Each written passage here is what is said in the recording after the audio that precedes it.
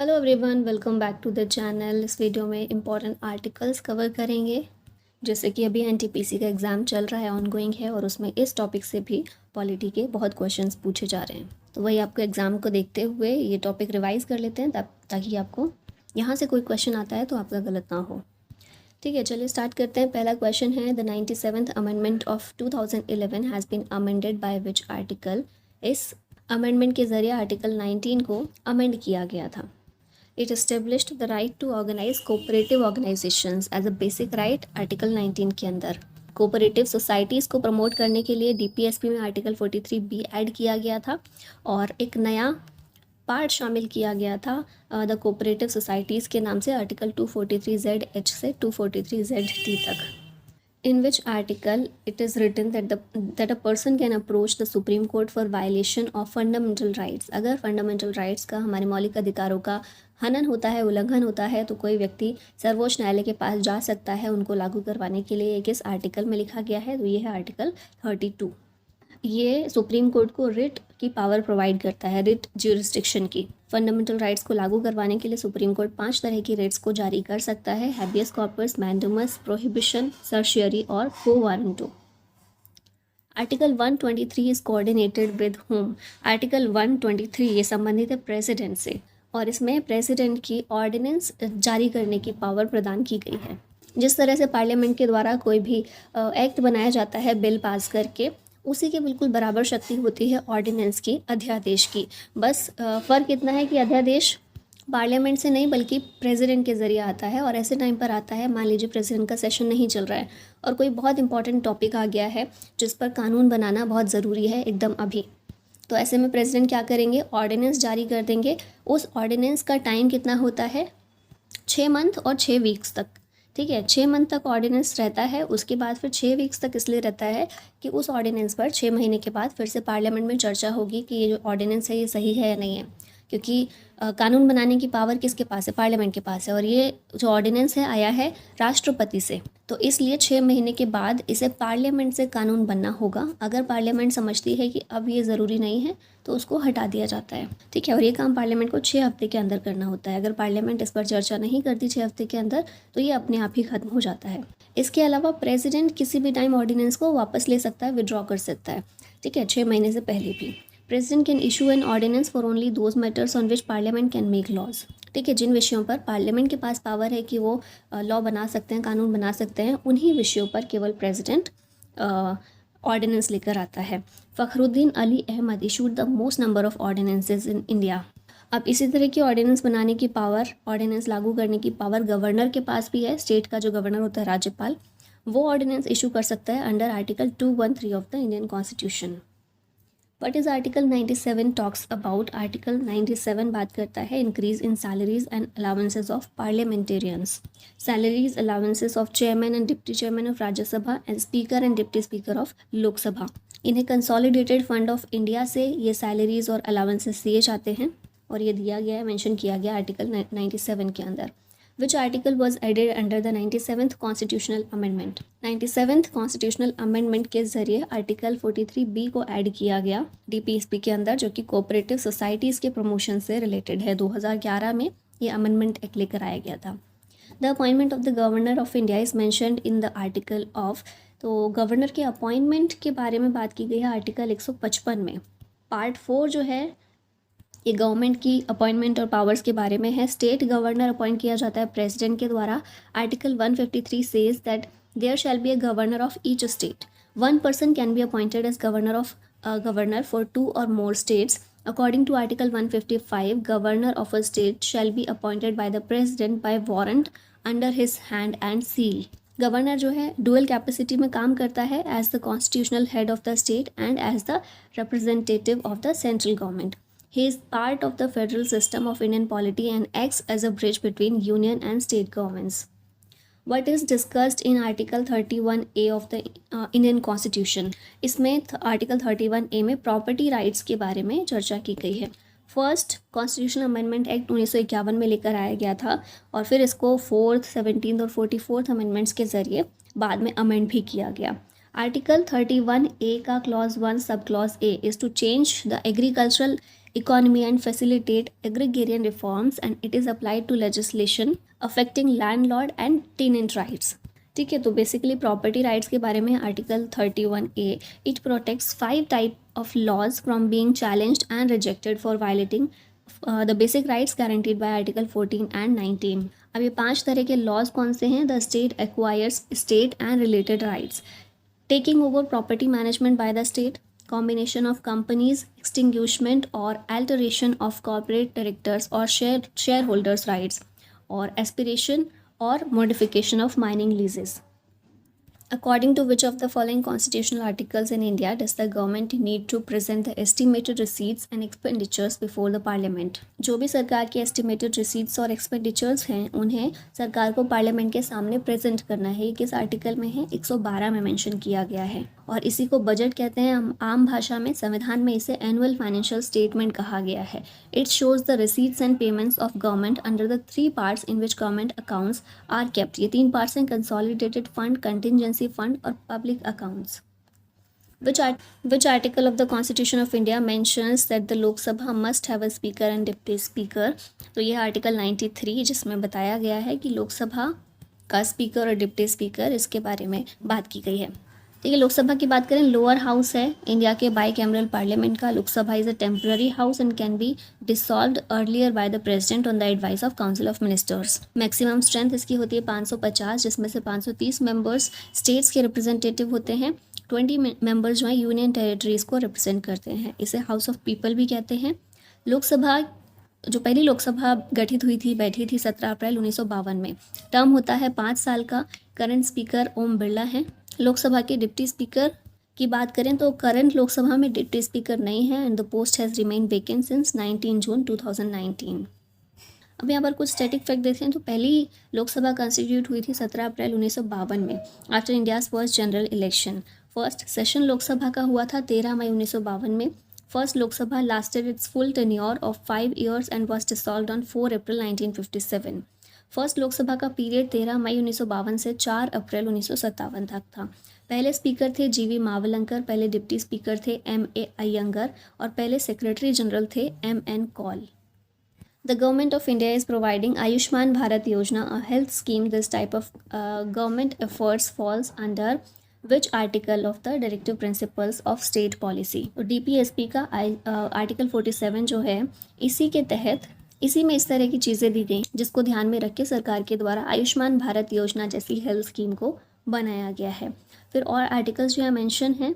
Article 45 में देखिए तो फ्री और कंपलसरी एजुकेशन की बात की गई है, बेसिक एजुकेशन के बारे में. फिर आर्टिकल 46 की बात करें तो एजुकेशनल और economic interest of the weaker section of society, ये स्टेट प्रमोट करेगा. In particular, SC or STs are among the weaker segments of the population whose educational and economic interest the state will give particular attention to. फिर article 48 में बोला गया है, state shall endeavour to organize agriculture and animal husbandry on modern and scientific lines. State shall take steps for preserving and improving the breeds and prohibiting the slaughter of cows, calves and other milch and draught cattle. अब DPSP को ना 3 भागों में classify किया गया है आमतौर पर इनको समझने के लिए. ये 3 पार्ट हैं: सोशलिस्टिक प्रिंसिपल्स, गांधीयन प्रिंसिपल्स और लिबरल इंटेलेक्चुअल प्रिंसिपल्स. जितने भी DPSP हैं ये 3 क्लासिफिकेशन पर बेस्ड हैं. सोशलिस्ट प्रिंसिपल्स कौन कौन से हैं? आर्टिकल 38, 39, 39A, 41, 42, 43, 43A और 47. गांधीयन प्रिंसिपल्स को जो फॉलो करते हैं वो हैं आर्टिकल 40, 43, 43B, 46, 47, 48. और लिबरल इंटेलेक्चुअल प्रिंसिपल्स के लिए हैं आर्टिकल्स 44, 45, 48, 48A, 49, 50 और 51. Which article provides protection against double jeopardy? तो इससे प्रोटेक्शन प्रोवाइड करता है आर्टिकल 20. डबल जेओपार्डी से मतलब क्या है कि एक ही जुर्म के लिए, एक ही ऑफेंस के लिए 2 बार सज़ा देना किसी व्यक्ति को, तो ऐसा नहीं किया जा सकता है. जैसे मान लीजिए किसी ने कोई ऑफेंस किया है और उसके लिए सज़ा है कि उसे छत से फेंक दिया जाए, जैसे पहले के ज़माने में होता था राजतंत्र में. तो अब मान लीजिए छत से फेंका गया उसका और वो उसकी डेथ नहीं हुई है, तो राजा ने बोला अब अच्छा ये मरा नहीं है तो जाओ इसको दोबारा से फेंको ऊपर से.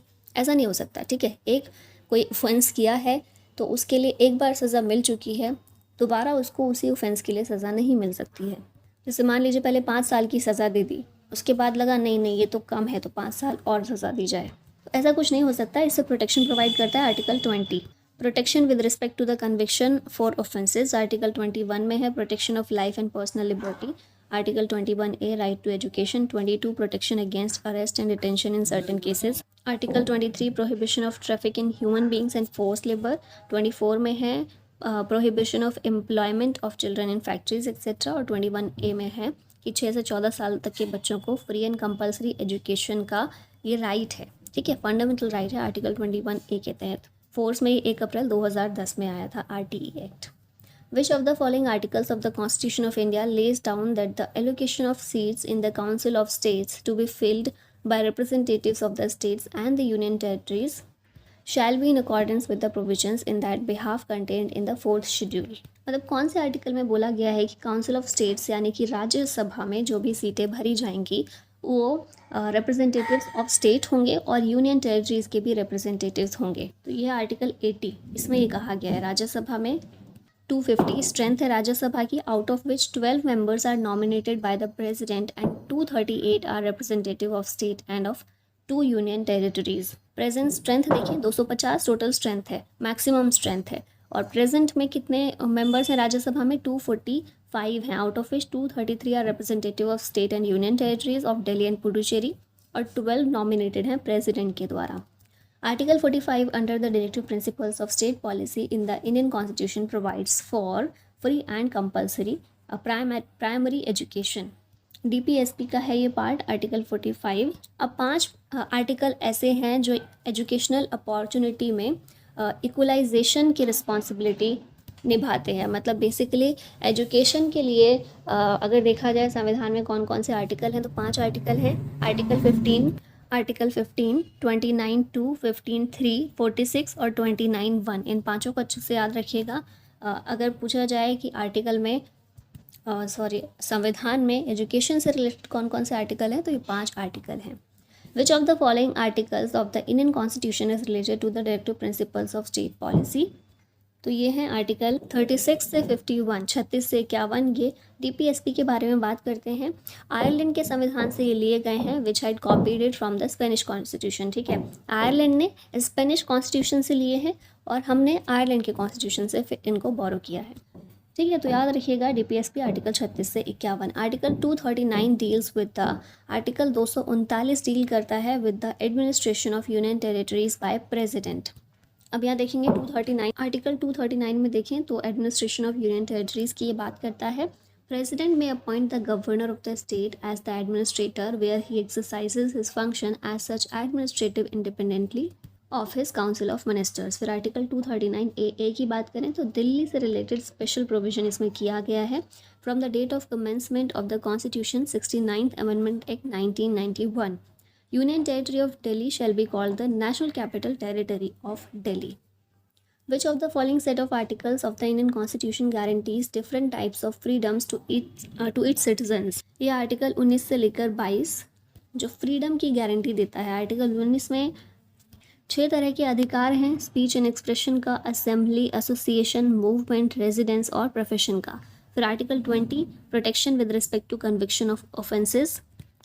आर्टिकल 21 में right to life and personal liberty, 21A right to elementary education और article 22 protection against arrest and detention in certain cases. Which article is related to the separation of the judiciary from the executive? तो judiciary और executive इन दोनों के separation की बात करता है आर्टिकल 50, ठीक है। स्ट्रिक्ट से आप इसको याद रख सकते हैं, सेपरेटेड इनटू 50-50 मतलब दोनों के बीच बंटवारा कर दिया आधा आधा 50-50 का जुडिशरी और एग्जीक्यूटिव के बीच में। तो आर्टिकल 50 है। आर्टिकल 70 की बात करें तो ये रिलेटेड है to the discharge of president's function in other contingencies. Article 30 related to the right of minorities to establish and administer educational institutions. और आर्टिकल 90 की बात करें vacation and resignation of and removal from the office of deputy chairman. ये सारे articles हो गए जो options में दिए गए हैं। नेक्स्ट है which of the following articles of the constitution of India deals with the provisions with respect to the consolidated fund of India? ये है आर्टिकल 266 जो बात करता है कंसोलिडेटेड फंड ऑफ इंडिया की। It contains all revenues received by the government of India, loans raised by treasury bills means of advances, all money received by the government in repayment of loans. Article 245 to 255. Article 245 to 255 in Part 11 of the Indian Constitution deal with the legislative relations between the center and states. तो यहाँ option D correct हो जाएगा. Which of the following articles of the Constitution of India has a provision for the constitution of legislatures in states? ये है article 168. राज्यों में legislatures की स्थापना के लिए 168 आर्टिकल है. फिर 163 की बात करें, council of ministers to aid and advice governor. ठीक है, काउंसिल ऑफ मिनिस्टर की बात करता है जो गवर्नर को एड और एडवाइस करेगी. 164 में है oath provisions as to ministers. 165 में एडवोकेट जनरल फॉर स्टेट की बात की गई है. और 167 में duties of chief minister as respect the furnishing of information. Article 52 to 78 in part 5 of the Indian constitution ये डील करता है विद यूनियन एग्जीक्यूटिव. अब यूनियन एग्जीक्यूटिव में कौन कौन होते हैं? President, vice president, council of ministers and prime ministers as the head to aid and advise the president. The special provisions in Article 371G of the Constitution of India relate to the state of. 371 पूरा जो है कुछ states के लिए special provision provide करता है. अब इस 371G में मिज़ोरम के बारे में स्पेशल प्रोविज़न किए गए हैं. अब ये सारे आर्टिकल और कौन से स्टेट से बिलोंग करते हैं ये चीज़ अच्छे से याद रखिएगा. 371 महाराष्ट्र और गुजरात के लिए है. 371A नागालैंड के लिए, बी असम के लिए, फिर 371C मणिपुर के लिए, डी है आंध्र प्रदेश और तेलंगाना के लिए, ई है आंध्र प्रदेश में सेंट्रल यूनिवर्सिटी के एस्टेब्लिशमेंट के लिए, फिर एफ है सिक्किम के लिए, जी जो क्वेश्चन में पूछा गया है मिज़ोरम के लिए है, एच है अरुणाचल प्रदेश के लिए, आई गोवा के लिए है और जे है कर्नाटका के लिए. Which of the following articles of the Indian constitution deals with the parliament and its proceedings. ये है आर्टिकल 79 से लेकर 122. Chapter 2 of the constitution consist of article 79 to 122. Part 5 में है ये. Article 79 is about the constitution of parliament. 99 tells about oaths and affirmations by members और 110 gives the definition of money bill. Right against exploitation is guaranteed under which article? तो ये है article 23. It prohibits traffic in human beings, beggar या forced labor and other similar forms of forced labor. This article is part of the fundamental rights enshrined in the Constitution to protect individuals from exploitation. इस तरह का कोई भी exploitation किया जाता है तो punishable होगा by law. Human dignity और freedom के लिए ये एक important article है. Which of the following articles provided that an interstate council can be formed by a presidential order? Interstate council के लिए article है 263. इसमें बोला गया है if whenever it appears to the president that the public interest would be served by a foundation of his chamber, तो ऐसी स्थिति में इंटरस्टेट काउंसिल का गठन किया जाएगा. फिर इंटरस्टेट काउंसिल बनाई गई 28 मई 1990 में सरकारिया आयोग, सरकारिया कमीशन की रिक्वेस्ट पर, उसके प्रपोजल पर. टारगेट इसका क्या है? टू टॉक अबाउट और examine strategies subjects of normal interest and debates among states. Which article provides protection against arrest and detention in certain cases? ये है article 22. It provides protection against such arrest and detention inserted in case in preventive detention under section 151 of the CRPC 1973. In which year the article 35A was added to the constitution? तो ये है 1954 का year जब 35A को संविधान में शामिल किया गया था. Giving the Jammu Kashmir legislature a carte blanche to decide who all are permanent residents of the state and confer on them special rights and privileges in public sector jobs, acquisition of property in the state, scholarships and other public aid and welfare. फिर क्या हुआ 2019 में article 370 और इस article 35A को संविधान से abolish कर दिया गया. Which article states that it shall be the duty of every citizen of India to abide by the Constitution and respects its ideals and institutions, the national flag and national anthem. यह article 51A का sub clause A. Article 51A fundamental duties के बारे में है और इसमें national flag और national anthem इनकी रिस्पेक्ट करनी है हमें. ये वाली ड्यूटी हमारी 51A के क्लॉज 1 में दी गई है. नेशनल एंथम ऑफ इंडिया इसे अडॉप्ट किया गया था कॉन्स्टिट्यूएंट असेंबली के द्वारा 24 जनवरी 1950 में. इट वाज फर्स्ट संग on 27 December 1911 in the Kolkata session of INC composed by poet Rabindranath Tagore. National flag of the Indian Union was adopted on 22 July 1947. National anthem को ये हमने देख लिया 24 जनवरी 1950 को अडॉप्ट किया गया था? Constitution was passed and adopted by the Assembly on 26 November 1949. The Union Budget, also known as Annual Financial Statement for a particular financial year, is given in which article of the Indian Constitution? ये है article 112। 112 में budget के बारे में बात की गई है, जिसे एनुअल फाइनेंशियल स्टेटमेंट कहा गया है संविधान में। 6 स्टेजेस इसके हैं। प्रेजेंटेशन ऑफ बजट, मतलब सबसे पहले बजट को प्रेजेंट करना होता है, फिर उस पर जनरल डिस्कशन होता है, फिर डिपार्टमेंटल कमेटीज़ के द्वारा स्क्रूटनी की जाती है, voting on demands for grants की जाती है, उसके बाद फिर अप्रोप्रिएशन बिल पास किया जाता है और फिर लास्ट में फाइनेंस बिल को पास किया जाता है।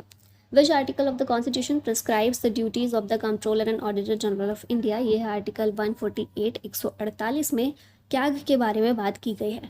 कैग जो है वो सुप्रीम कोर्ट के जज के बराबर का स्टेटस ही इंजॉय करता है। प्रेसिडेंट के द्वारा कैग को अपॉइंट किया जाता है और अपना रेजिग्नेशन लेटर भी कैग प्रेसिडेंट को ही सबमिट करता है। टर्म कितना होता है? 6 साल या 65 साल की उम्र तक। कैग इंडियन ऑडिट्स और अकाउंट डिपार्टमेंट का हेड होता है। It is also called as the ears and eyes of the public accounts committee. Bharat के पहले कैग थे वी नरहरि राव और प्रेजेंट कैग हैं संजय मूर्ति। अब यहाँ देखिए कैग के बारे में बात की गई आर्टिकल 148 में। 149 में ड्यूटीज़ और पावर्स दी गई हैं कैग की। 150 में form of accounts of the union and state की बात की गई है और 151 में ऑडिट रिपोर्ट्स की बात की गई है। The Indian constitution was the lengthiest constitution at the time of its adoption which originally had how many articles? तो इंडियन कॉन्स्टिट्यूशन में ओरिजिनली 395 आर्टिकल्स थे, जो कि दुनिया का लॉन्गेस्ट है। It has been written in 1,45,000 words. It was composed between the years 1947 and 1950. Originally 395 articles, 8 schedules और 22 parts थे, जो 26 जनवरी 1950 को लागू हुए। आर्टिकल्स जो हैं 448 हो गए हैं बहुत सारे अमेंडमेंट्स के बाद में। It is 30 times longer than the American Constitution. According to which article the Parliament amended the Constitution? 42nd Constitutional Amendment and inserted secular and socialist and integrity in the preamble of the Constitution. संविधान की जो प्रस्तावना है उसमें secular, socialist और integrity इन शब्दों को जोड़ा गया था 42nd कॉन्स्टिट्यूशनल अमेंडमेंट के ज़रिए। कौन से आर्टिकल में अमेंड करके? तो संविधान का जो संशोधन के लिए आर्टिकल है वो आर्टिकल 368 है, जो 2 तरह के अमेंडमेंट्स प्रोवाइड करता है। एक है by a special majority of parliament और दूसरा है special majority of parliament along with the ratification of half of the state legislatures by a simple majority. Article 15 of the Indian constitution deals with, ये deal करता है with prohibition of discrimination on grounds of religion, race, caste, sex और place of birth. Which article abolishes titles other than military and academic distinctions? तो titles abolish करता है article 18। State cannot confer any titles and citizens of India cannot accept titles from a foreign state.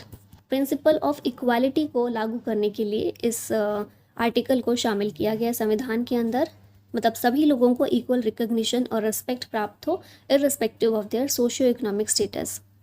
हालांकि ये academic और military distinction पर लागू नहीं होता, so educational and military awards are allowed to be employed and do not come under the purview of Article 18. In which of the following articles laws inconsistent with or in derogation of the fundamental rights is mentioned? इसे mention किया गया है Article 13 के अंदर। Article 13 is the only option that directly mentions law inconsistent with or in derogation of fundamental rights. Article 13 states that any law that is inconsistent with or in derogation of the fundamental rights shall be void. Which of the following articles of the Indian Constitution provides for a bicameral Parliament of India? यह है article 79, मतलब 2 सदन होंगे संसद के। 2 सदन कौन से हैं? राज्यसभा है और लोकसभा है। ये बात कौन करता है? आर्टिकल 79 करता है। Which of the following articles of Indian Constitution describes the details for new state formation, alteration of boundaries, etc. यह है आर्टिकल 3। आर्टिकल 3 में बोला गया है कि पार्लियामेंट किसी भी स्टेट का एरिया इंक्रीज़ कर सकती है, डिमिनिश कर सकती है, alter the boundaries of any state, और किसी भी स्टेट के नाम को भी ऑल्टर कर सकती है। Which of the following article of Indian constitution describe the duties of chief minister? CM की ड्यूटीज़ को डिस्क्राइब करता है आर्टिकल 167। 164 में क्या बोला गया है? CM shall be appointed by the governor and other ministers shall be appointed by the governor on the advice of chief minister. और जो काउंसिल ऑफ मिनिस्टर्स होगी वो कलेक्टिवली रिस्पॉन्सिबल होगी to the legislative assembly of state. फिर article 165 ये advocate general for the state की बात करता है। एडवोकेट जनरल को भी गवर्नर के द्वारा ही अपॉइंट किया जाएगा। 166 में conduct of business of government of state की बात की गई है। All executive action of government of a state shall be expressed to be taken in the name of the governor. और 167 में क्या है, duties of CM as respect the furnishing of information to governor, ये दी गई है। Next है, which one of the following fundamental rights is available to both the citizens of India and the foreigners. तो ये फंडामेंटल राइट है freedom to manage religious matters, article 26 के तहत। अब 25 से लेकर 28 जो रिलीजियस फ्रीडम की बात करते हैं आर्टिकल्स, इनके बारे में देखिए तो आर्टिकल 25 में है freedom of conscience and free profession, practice and propagation of religion. Article 26 में है freedom to manage religious affairs. 27 में है freedom as to payment of taxes for promotion of any particular religion. और 28 में है freedom as to attendance at religious instruction और religious worship in certain educational institutions. Which article of the Indian constitution abolishes untouchability, ये है article 17। Abolition of untouchability की ये बात करता है राइट टू इक्वालिटी के अंदर। राइट टू इक्वालिटी 14 से लेकर 18 तक है, जिसमें से आर्टिकल 17 अनटचेबिलिटी छुआछूत को लेकर है। Under which article is high court issues writ in India, ये है आर्टिकल 226। सुप्रीम कोर्ट की रिट जारी करने की पावर आर्टिकल 32 के तहत आती है। वहीं हाई कोर्ट की बात करें तो ये है आर्टिकल 226 के तहत। Which of the following range of articles are associated with part 15 of Indian constitution, ये है आर्टिकल 324 से 329, जो कि इलेक्शन कमीशन के बारे में है mainly. Which article of our constitution covers fundamental duties of Indian citizen, ये है आर्टिकल 51A, जो फंडामेंटल ड्यूटीज़ के बारे में है। ठीक है, the fundamental rights can be suspended during the operation of a national emergency except the rights guaranteed by article 20 and 21। मतलब ये ऐसे आर्टिकल्स हैं जिनको सस्पेंड नहीं किया जा सकता नेशनल इमरजेंसी के टाइम पर भी। आर्टिकल 20 कौन सा है, प्रोटेक्शन अगेंस्ट डबल जेपार्डी, जो पीछे हमने देखा था। और 21 में क्या है, protection of life and personal liberty. Which of the following articles mentions about the appropriation bills in the state legislature, यह आर्टिकल 204। आर्टिकल 206 में क्या है, states about the vote on account the vote of credit and exceptional grants in the state legislature. Article 205 states about the supplementary additional और excess grant in the state legislature. 204 में है states about the appropriation bills in the state legislature. 203 में है procedure in the state legislature concerning the estimate. 202 states about the annual financial statement of state legislature, मतलब state के budget की बात की गई है 202 में।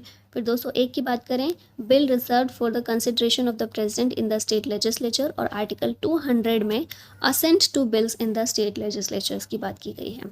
विच fundamental right ensures protection of language, script and culture of minorities. तो माइनॉरिटीज़ के लिए आर्टिकल 29 डिस्टिंक्ट लैंग्वेज, स्क्रिप्ट और कल्चर उसको कंजर्व करने की बात करता है article 29। At the time of its adoption the constitution contains 395 articles and how many schedules.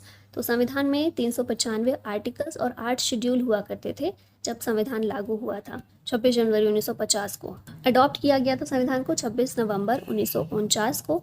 Presently 448 articles हैं।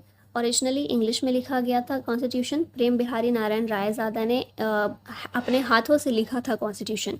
B.R. Ambedkar is known as the father of Indian constitution.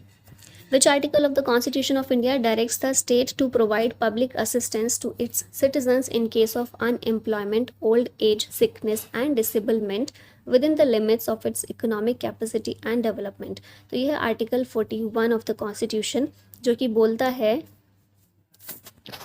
कि state shall within the limits of its economic capacity and development right to work, to education, to public assistance in cases of unemployment, old age, sickness and disablement and in other cases of undeserved want। इन सब पर state काम करेगा।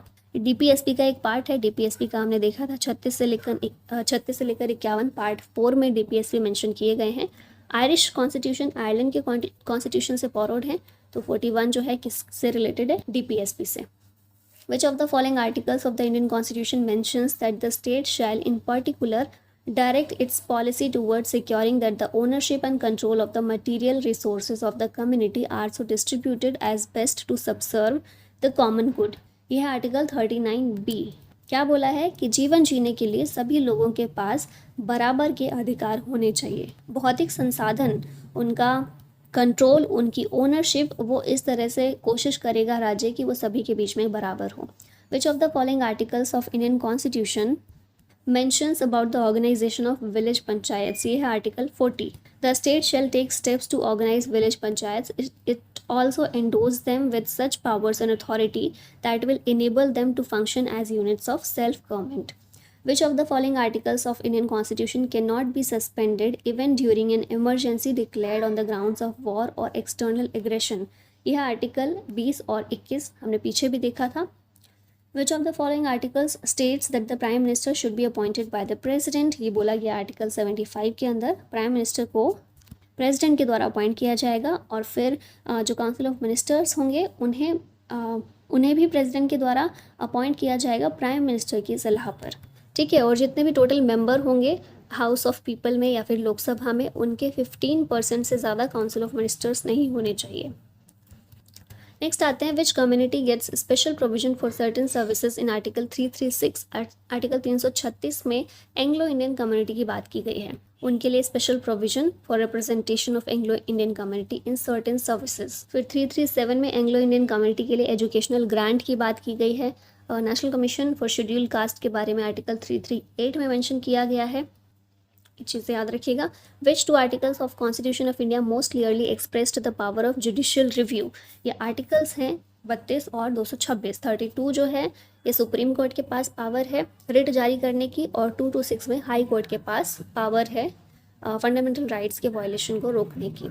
इन which of the following articles is fundamental duties like protecting public property and renouncing violence stated. तो 51A के तहत हमारे fundamental duties हमारी सारी दी गई हैं। कितनी ड्यूटीज़ हैं टोटल? 11। तो इनको याद रखिएगा। USSR के कॉन्स्टिट्यूशन से इंस्पायर्ड हैं ये फंडामेंटल ड्यूटीज़। ठीक है, और एक चीज़ और याद रखिएगा, Japan is the only democratic country जिसके पास फंडामेंटल ड्यूटीज़ हैं उसके कॉन्स्टिट्यूशन में, other than India. Article 371A of the Indian Constitution mentions special provisions for which of the following states? तो पीछे हमने सारे ही देखे थे 371 के। 371A नागालैंड से रिलेटेड है। According to Constitution of India, which article is not related to fundamental rights from following? तो ये है आर्टिकल 40 जो फंडामेंटल राइट्स से नहीं बल्कि DPSP से संबंधित है।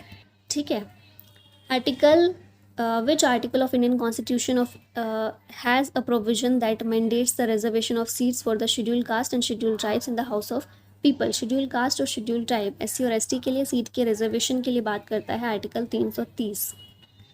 In which year the article 35A was added to the Indian Constitution? तो इसे 1954 में ऐड किया गया था और 2019 में अब इसे abolish कर दिया गया है। Which article of our constitution says that the speaker will have the final casting vote in the event of equality of votes in the house? यह article 100। It deals with the voting in houses, power of houses to act notwithstanding vacancies and quorum। मतलब ऐसा हो जाता है अगर कि votes जो हैं बराबर बराबर आ गए हैं, येस में भी और नो में भी, तो आर्टिकल 100 स्पीकर को ये पावर देता है कि कास्टिंग वोट स्पीकर डाल सकता है वहाँ पर। ठीक है, The right to privacy, which was recognized as a fundamental right by the Supreme Court in the landmark case Justice K.S. Puttaswamy versus Union of India 2017, emerges primarily from which article of the Constitution of India? ये है article 21। K.S. Puttaswamy case के ज़रिए ही right to privacy जो है fundamental rights में शामिल किया गया इस केस के बाद ही। In which of the following articles of the constitution of India it is written that India that is Bharat shall be a union of state? Article 1 जो पहला आर्टिकल है संविधान का, उसमें ये चीज़ लिखी गई है। As per the article 7 of the constitution of India, any person who has after the 19th of July 1947 migrated from the territory of India to territory now included in the Pakistan shall not be deemed to be a citizen of India। ठीक है, article 7 के अंदर ये लिखा गया है कि 19 जुलाई 1947 के बाद भारत के क्षेत्र में, पहले वो इससे पहले 19 जुलाई से पहले वो भारत में था, लेकिन 19 जुलाई 1947 के बाद वो पाकिस्तान के क्षेत्र में चला गया है तो वो भारत का नागरिक नहीं माना जाएगा। ठीक है, ये सारे आर्टिकल्स किससे रिलेटेड हैं? ये हमारी नागरिकता से, सिटीजनशिप से संबंधित हैं। In which year article 21A has been included through the 86th Amendment of the Constitution of India, under which the provision of free and compulsory education for all children between the age of 6 to 14 years is considered as a fundamental right। तो 2002 में 86 amendment लेकर आया गया था, जिसमें 21A को शामिल किया गया है, जब हमारा right to education fundamental right बना दिया गया। Which of the following fundamental duty provisions has laid down that all Indians need to show respect to the Indian national flag and Indian national anthem? ये हम already देख चुके हैं 51A का clause sub clause A। ठीक है, total 11 fundamental duties हैं हमारे पास जो यहाँ पर मेंशन की गई हैं। Which of the following article is related to the prevention of human trafficking and forced labor? ये है आर्टिकल 23, ये भी हम देख चुके हैं। Which article of the Indian Constitution provides for the process of impeachment of president? President के impeachment के लिए है आर्टिकल 61। अभी तक किसी भी प्रेसिडेंट को इम्पीच नहीं किया गया, ये चीज़ याद रखिएगा। अच्छा, इम्पीचमेंट का प्रोसेस दोनों में से किसी भी हाउस में शुरू किया जा सकता है, लोकसभा में भी राज्यसभा में भी। हाँ, उसके लिए शर्त यह है कि 1/4 मेंबर्स के द्वारा साइन करके दिया गया हो। ठीक है, और 14 दिन का प्रायर नोटिस देना पड़ता है इसके लिए। फिर उसके बाद अगर इसे पास करना है, इम्पीचमेंट प्रोसेस जो शुरू किया गया है, इसे पास करने के लिए 2/3 मेजॉरिटी चाहिए होती है दोनों हाउसेस में। नेक्स्ट आते हैं, as per article 157 of the constitution of India, person needs to complete the age of how many years to be appointed as governor?